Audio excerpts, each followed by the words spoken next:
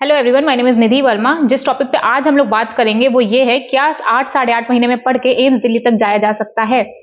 सिर्फ एक क्वेश्चन रहेगा, क्या यहाँ तक जाया जा सकता है, तो जवाब आएगा यस। अभी आपके पास टाइम है। देखो, ऑलरेडी आपके पास मई से टाइम था, आपका पेपर हुआ। जो भी चीजें आपने अभी तक फेस की, आपने नहीं पढ़ा, कोई भी रीजन रहा हो, आपका फैमिली प्रेशर था, फैमिली वाले कन्विंस नहीं हो पा रहे थे, या फिर आप खुद को तैयार नहीं कर पा रहे थे वापस से 1 साल ड्रॉप लेने के लिए, या फिर अभी तक किसी भी रीजन की वजह से, XYZ किसी भी रीजन की वजह से अगर अभी तक आपकी पढ़ाई नहीं हो पाई है, तो अब टाइम मत वेस्ट करो। क्योंकि देखो, धीरे धीरे आप क्या सोचते हो, आप पहले क्या सोचते हो सेशन के स्टार्टिंग में, मैं पढ़ूंगा, मेरी 100 पे मैं रैंक लेकर आऊंगा।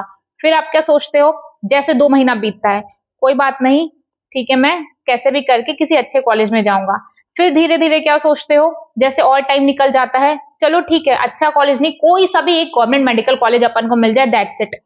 फिर जब आपके पास टाइम एकदम नहीं बचता, जब आप जनवरी फरवरी में रहते हो और आपने कुछ नहीं पढ़ा होता, तो उस टाइम पे आप क्या सोचते हो कि चलो एक अच्छा मार्क्स लेकर के आए, डिसेंट सा मार्क्स, कि अपने फैमिली वालों को दिखाने लायक हो जाए। ये एक पूरा प्रोसेस होता है। आप जैसे जैसे आपने, अगर आप ड्रॉपर हो तो आपने ये चीज जरूर फील किया होगा कि जैसे जैसे वक्त निकलता जाता है ना, आपके प्लान्स, आपके गोल्स अपने आप कम होते चले जाते हैं। कहाँ आपने स्टार्ट किया था रैंकर बनने से लेकर के, कहाँ आज के टाइम पे आप क्या सोच रहे हो कि हाँ ठीक है, एक डिसेंट सा नंबर आ जाए। तो खुद को डिमोटिवेट मत करो, जो टाइम निकलना था निकल चुका है। अभी जो टाइम बचा है आपके पास, 8 साढ़े 8 महीने का टाइम बचा हुआ है। एक और बात मैं बोलूंगी कि सिर्फ अगस्त को काउंट करो, अगस्त, सितंबर, अक्टूबर, नवंबर, दिसंबर, टोटल बस यही 4.5 महीने काउंट करके चलो। जो जनवरी से आने वाला है, अगर आप लोग सच में अगर आप लोग एक अच्छी रैंक, मैं एम्स दिल्ली की बात नहीं कर रही, अगर आप लोग सच में एक अच्छी रैंक लेकर के आना चाहते हो ना, तो जो भी है सोचो, आप इतना सोचो खुद को कि आपको जो कुछ करना है वो आपके पास सिर्फ 4.5 महीने हैं, इस 4.5 महीने में करना है। जनवरी के बाद से जो बचेगा, जनवरी के बाद से सिर्फ 2 काम होना चाहिए। एक होना चाहिए रिवीजन, और इसके साथ साथ एक होना चाहिए आपका टेस्ट देना, क्वेश्चन प्रैक्टिस करना। मतलब पूरा टाइम आपका सिर्फ और सिर्फ क्वेश्चन प्रैक्टिस में जाना चाहिए, आपका रिवीजन में जाना चाहिए। ठीक है, देखो, पढ़ बहुत सारे बच्चे लेते हैं। एक बात को समझो कि आपको क्या लगता है कि जो जिनका रैंक आता है सिर्फ वही पढ़े होते हैं? नहीं, जो पढ़े होते हैं, जिनके 550 नंबर भी आते हैं ना, जैसे मान लो इस बार अगर मान लो 550 पे सिलेक्शन हुआ, तो जिस बच्चे का 500 नंबर भी आया है ना, 450 भी आया है, वो पढ़ा हुआ है, वो पढ़ा हुआ है, तभी उसके 450 नंबर आए। अब डिफरेंस ये आता है कि उसके 450 क्यों आए, वो सिलेक्ट क्यों नहीं हो रहा है, क्योंकि उसने रिवीजन पे उतना ध्यान नहीं दिया है। तो इस बात को समझो, आप कितना भी सिलेबस कंप्लीट कर लो, आप कितना भी कुछ भी कर लो, डेली क्लास लगा लो, बट अगर आप रिवाइज नहीं कर रहे हो मल्टीपल टाइम, ठीक है, remember this word, multiple time आपको रिवीजन करना पड़ेगा। मल्टीपल टाइम आपको रिवीजन करना पड़ेगा, उतने ही टाइम पे आपको क्वेश्चन प्रैक्टिस भी करना होगा। कोई भी एक चीज आप छोड़ नहीं सकते हो। ठीक है, अब हम लोग पूरा आगे डिटेल में बात करेंगे कि क्या तरीका है कि एम्स दिल्ली जाया जा सकता है। एक सिंपल सी बात में ये समझना, कोई भी ऐसी चीज मैं इस वीडियो में नहीं आपको बताऊंगी जो कि आपको नहीं पता होगा। हर चीज वही डिस्कस होगी जो कि ऑलरेडी आप आज तक सुन चुके होंगे, या तो आपको बहुत बेहतर तरीके से पता होगा। बस में भी थोड़ा कुछ ऐसा होता है कि कभी कभी किसी की बात हमें इजीली समझ में आ जाती है। हो सकता है इस वीडियो को देखने के बाद आपको आसान लगे चीजें। और फिर भी अगर आपका कोई भी डाउट आता है, कमेंट सेक्शन में जाके आप मुझे बता सकते हो कि दीदी ये वाला प्रॉब्लम था, मुझे ये वाला डाउट नहीं क्लियर हो रहा है। उसके अलावा भी कोई भी आपका पढ़ाई से रिलेटेड डाउट आता है, आप टेलीग्राम चैनल ज्वाइन कर लो, डिस्क्रिप्शन में आपको उसका लिंक मिल जाएगा टेलीग्राम का भी। बाकी अगर आपको टेलीग्राम ज्वाइन नहीं करना है तो वीडियो के लास्ट में जाके आप कॉमेंट कर दो, और जितना जल्दी हो सकेगा मेरे से रिप्लाई करना, उतना जल्दी आपको रिप्लाई मिल जाएगा। एक बात समझो, आपको एम्स जाना हो या आपको किसी भी गवर्नमेंट मेडिकल कॉलेज जाना हो, ठीक है, आप कुछ भी आप आज की डेट में सोच के रखे हो, इन दोनों जगह जाने के लिए एक ही रास्ता है, आपको पढ़ना पड़ेगा। ठीक है, अब पढ़ना पड़ेगा। अब एक चीज हम लोग हमेशा सबके मुंह से सुनते हैं, क्या सुनते हैं? स्मार्टली पढ़ना पड़ेगा, स्मार्टली पढ़ना पड़ेगा। क्यों स्मार्टली पढ़ना पड़ेगा भाई? 11th और 12th 2 क्लास का, ठीक है, 11th और 12th का सिलेबस खत्म करना with in 4-5 month 6 month possible नहीं होता है। ठीक है, ये 2 साल का सिलेबस होता है जो कि आपके नीट के पेपर में आ रहा है। तो इसलिए क्यों बोला जा रहा है? इसीलिए बोला जा रहा है कि स्मार्टली पढ़ना पड़ेगा। अब स्मार्टली पढ़ने का मतलब ये मत समझो कि फटाफट पढ़ लेते हैं। स्मार्टली पढ़ने का मतलब ये मत समझो कि अरे दीदी मैं तो बिलो एवरेज हूं, या फिर मैं एवरेज स्टूडेंट हूं, मैं स्मार्टली कैसे पढ़ पाऊंगा, मुझे तो समझ में नहीं आता। स्मार्टली पढ़ने का सिंपल सा मतलब इतना होता है कि जब भी आप फर्स्ट टाइम कोई चीज पढ़ रहे हो, जब भी मान लो आज आपने आयनिक इक्विलिब्रियम उठाया, आयनिक इक्विलिब्रियम उठा लिया, फिजिकल केमिस्ट्री का आयनिक इक्विलिब्रियम पहली बार पढ़ा। तो जब आप पहली बार पढ़ रहे हो ना, मे बी उसमें 7 लेक्चर हो, 8 लेक्चर हो, इससे ज्यादा नहीं होगा। मे बी आपके टीचर ने आपको 7-8 लेक्चर में कंप्लीट किया, तो प्रॉपर टाइम दो उस 7-8 लेक्चर को करने में।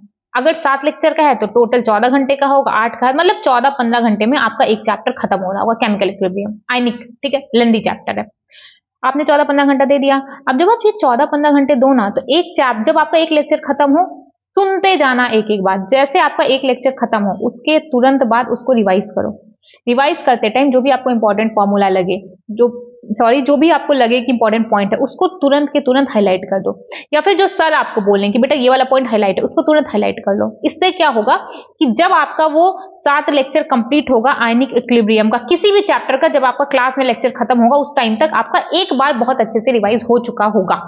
ठीक है, अब जब सेकेंड टाइम आप रिवीजन करने जाओगे तो कुछ आपको नया नहीं पढ़ना। हर एक वर्ड कोई नहीं पढ़ता है रिवीजन के टाइम पे, कोई नहीं पढ़ता।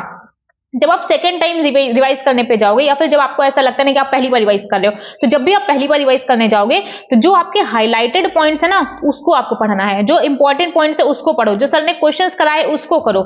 इस तरीके से रिवाइज होता है। अगर आप ये सोचो ना कि रिवीजन करने के लिए अगर आपने कोई भी एक शब्द पढ़ा, रिवीजन इस तरीके से नहीं होता कि अगर सेल पढ़ना है तो हर एक वर्ड टू वर्ड हम लोग पढ़ लेंगे। इस तरीके से रिवीजन नहीं होता। आपको 1-2 बार बहुत टाइम लगेगा। मैंने क्या बोला, मान लो अगर सेल का चैप्टर है, आपको पहली बार पढ़ने में 8 घंटा लग रहा, मे बी दोबारा पढ़ने में आपको 6 घंटा लगे। ठीक है, दोबारा रिवाइज करने में आपको 6 घंटा लगे, करेक्ट। लेकिन इसके बाद अगर आपने 8 घंटे और 6 घंटे लगा दिया है सेल वाले चैप्टर को, इसके बाद आपको टाइम नहीं लगना चाहिए। क्योंकि ये जो 8 घंटे आपने मेहनत की ना, इस मेहनत करने में आपको बहुत फोकस होकर पढ़ना होगा। आपको हर एक इंपॉर्टेंट लाइन पढ़नी होगी, आपको उसको अंडरलाइन करना होगा, उसको हाईलाइट करना होगा, हर एक चीज आपको ध्यान देना होगा। ठीक है, अगर आपको इसमें कोई भी प्रॉब्लम आता है तो आप उसके लिए भी मुझे मैसेज जरूर करिएगा कि दीदी मुझे नहीं समझ में आ रहा है कि एनसीईआरटी कैसे पढ़ना है या फिर रिवाइज कैसे करना है। कोई भी प्रॉब्लम अगर आपको आ रहा है तो प्लीज कमेंट सेक्शन में जाके जरूर बताइए। देखो, ये बात हो गई कि क्या करना है, स्मार्टली कैसे करना है। पहले आपको हार्डवर्क करना पड़ेगा। कोई भी चैप्टर है आपको पढ़ना पड़ेगा। सरफेस पे कभी मत जाना कि फटाफट से चैप्टर कंप्लीट करके क्वेश्चन की तरफ चले जाते हैं। भाई जब क्वेश्चन ही नहीं निकलेगा तो क्वेश्चन की तरफ जाके क्या करोगे। टाइम दो हर एक चैप्टर को। अगर कोई चैप्टर है, मान लो इलेक्ट्रोकेमिस्ट्री है, लंबा चैप्टर है, टाइम जाएगा। ठीक है, 10-12 घंटे लगते हैं इलेक्ट्रोकेमिस्ट्री में। रिडॉक्स है, 5-6 घंटा लगेगा उस चैप्टर में। तो टाइम, जिस चैप्टर की जितनी वैल्यू है उस चैप्टर को उतना टाइम दो और उस हिसाब से आगे बढ़ो। नेक्स्ट अगर अब बात किया जाए कि सबसे पहले आपको क्या करना है, सारे चैप्टर की एक लिस्ट तैयार कर लो। ठीक है, सारे चैप्टर, फिजिक्स का ये है, केमिस्ट्री का ये, बायोलॉजी का ये, सारे चैप्टर की एक लिस्ट तैयार करो। चार्ट पेपर पे या फिर A4 साइज पेपर, कोई भी पेपर, अपनी कॉपी का पन्ना फाड़ के रख लो। उसको सारे चैप्टर का नाम लिख के वॉल पे लगा दो।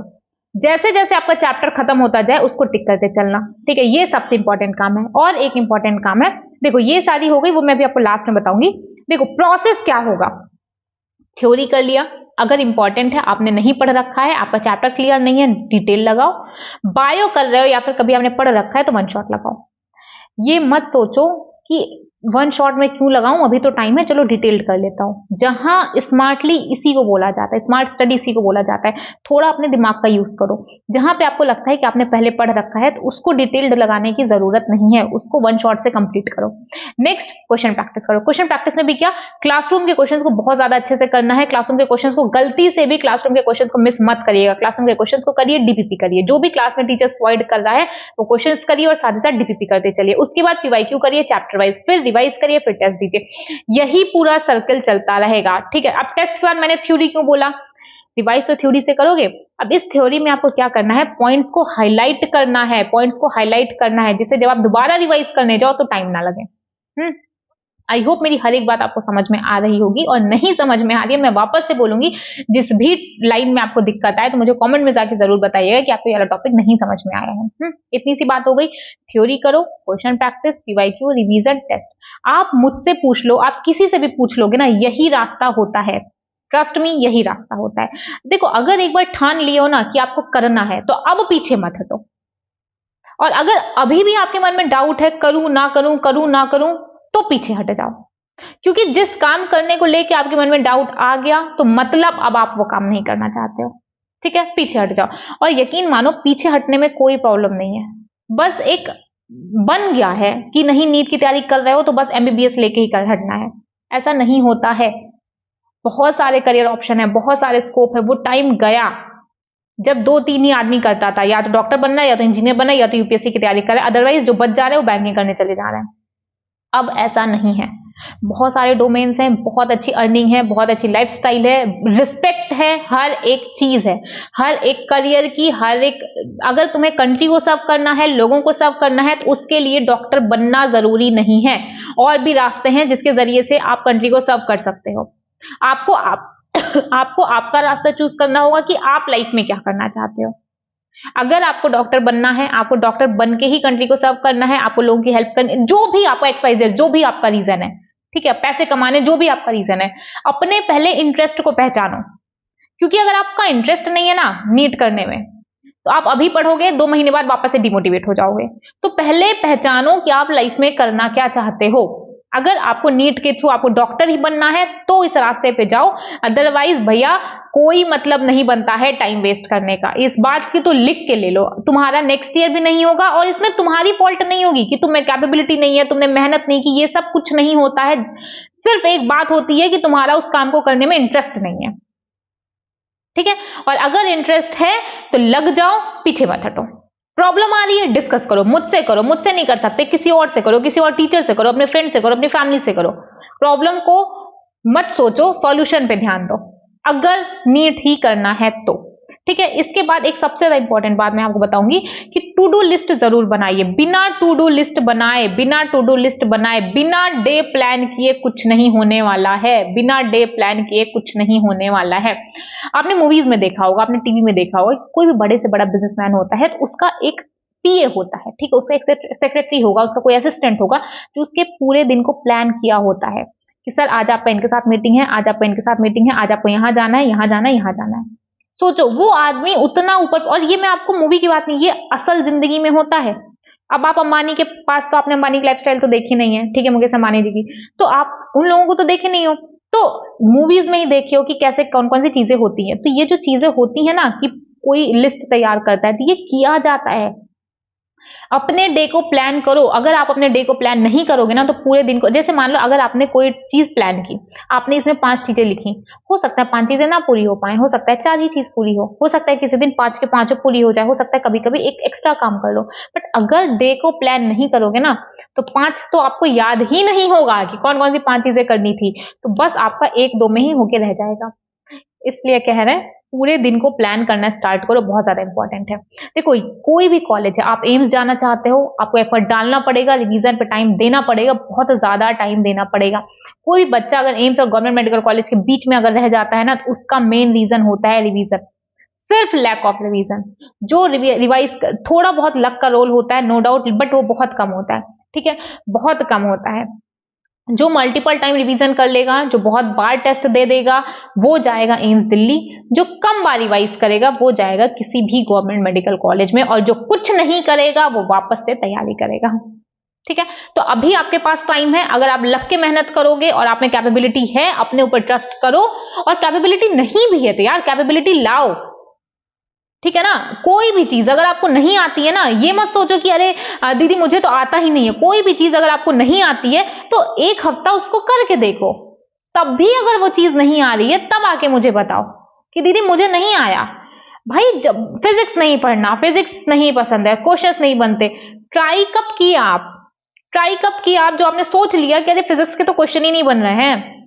पहले भैया पहले कोशिश तो करो, कोशिश करो। अगर तब भी नहीं बन रहा है तो अपन कुछ और सोचेंगे, बट ऐसा हो ही नहीं सकता, हो ही नहीं सकता, ठीक है। ह्यूमन एक ऐसी भगवान की देन है, एक ऐसी चीज है कि जो हर एक काम कर सकते हैं, जो आदमी सोच भी नहीं सकता वो भी आज ह्यूमंस वो कुछ ना कुछ एक्सपेरिमेंट करके वो सारी चीजें आ रही है मार्केट में, ठीक है। हर चीज पॉसिबल हो पा रहा है। क्यों हो पा रहा है? क्योंकि कोई ना कोई है जो ट्राई कर रहा है, कोई ना कोई है जो ट्राई कर रहा है। अब आपको क्या लगता है कोई पहली बार ट्राई करके बन गया? नहीं, बहुत बार ट्राई किया, बहुत बार फेलियर आया, बट प्रॉब्लम यह है ना कि फेलियर कोई देख नहीं रहा है। कोई चीज सक्सेस हो गई, मार्केट में आ गई, आपको दिख गई, भाई उस सक्सेस होने के पीछे उसने बहुत फेलियर देखा है अपनी लाइफ में। तो अगर आपका फिजिक्स का सवाल नहीं बन रहा है तो इट्स ओके, बिना फिजिक्स क्लियर किए क्या नीट में होना पॉसिबल है? जब भी आप फिजिक्स करने बैठो और आपका टेस्ट देने का मन ना करे, आपका फिजिक्स करने का मन ना करे, तो सिंपल सा एक क्वेश्चन खुद से पूछो, क्या बिना फिजिक्स किए, क्या बिना टेस्ट दिए सिलेक्शन होना पॉसिबल है?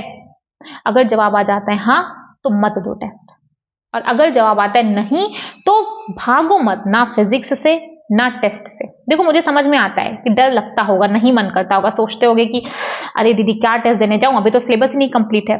ज्यादातर बच्चों का तो ये प्रॉब्लम आता है, उन्हें लगता है अभी सिलेबस ही नहीं कंप्लीट है। सिलेबस कभी नहीं कंप्लीट होने वाला। कभी भी आपको ऐसा नहीं लगेगा कि अब मेरा 100% तैयार है, अब नीट करा लो, कभी नहीं लगेगा। तो ये छोटे छोटे स्टेप्स लेना स्टार्ट करो। फिजिक्स से डर लग रहा है, फिजिक्स के क्वेश्चन करो। टेस्ट देने से डर लग रहा है, टेस्ट दो। कोई भी प्रॉब्लम आती है तो मेरा टेलीग्राम चैनल ज्वाइन कर लो, नहीं कर सकते कमेंट में आके बता दो, ठीक है। आप जाके चेक कर लो मेरे प्रीवियस वीडियोस पे जितने भी कमेंट्स हैं, जितना ज्यादा ऐसा कोई सिंगल वीडियो कमेंट नहीं होगा जिसपे मैंने रिप्लाई नहीं किया है। तो अगर आप को कोई भी डाउट आता है पढ़ाई से रिलेटेड, आप वीडियो के लास्ट में जाके कमेंट कर सकते हो, ठीक है। बाकी अगर आपको टेलीग्राम ज्वाइन करना है तो उसका भी लिंक आपको डिस्क्रिप्शन में मिल जाएगा, ठीक है। ये रही सारी बात। आई होप आपको हर एक चीज समझ में आ गई होगी, हर एक चीज आपको क्लियर हो गई होगी। कोई भी डाउट आता है तो प्लीज कमेंट में जाके बताइएगा जरूर कि हाँ दीदी ये वाला डाउट है, मुझे नहीं क्लियर हो पा रहा है। कोई भी डाउट आए, कोई भी प्रॉब्लम आए पढ़ाई से रिलेटेड, ठीक है। ओके चलो, अच्छे से पढ़ाई करते रहो। अभी जो टाइम चल रहा है, इस टाइम पे बहुत सारे बच्चे हैं जिनकी मैं टच में हूँ, जो बोलते रहते हैं कि दीदी तबियत खराब हो गई, किसी को टाइफाइड हो गया, किसी को जॉन्डिस हो गया, किसी को नॉर्मल वायरल फीवर चल रहा है। तो खाने पीने पे ध्यान दो, क्या पी रहे हो, क्या खा रहे हो, इन सारी चीजों पे बहुत अच्छे तरीके से ध्यान दो। ओवरऑल अपना लाइफस्टाइल को इंप्रूव करो। ठीक है, चलो ओके, ऑल द बेस्ट, पढ़ाई करते रहिए।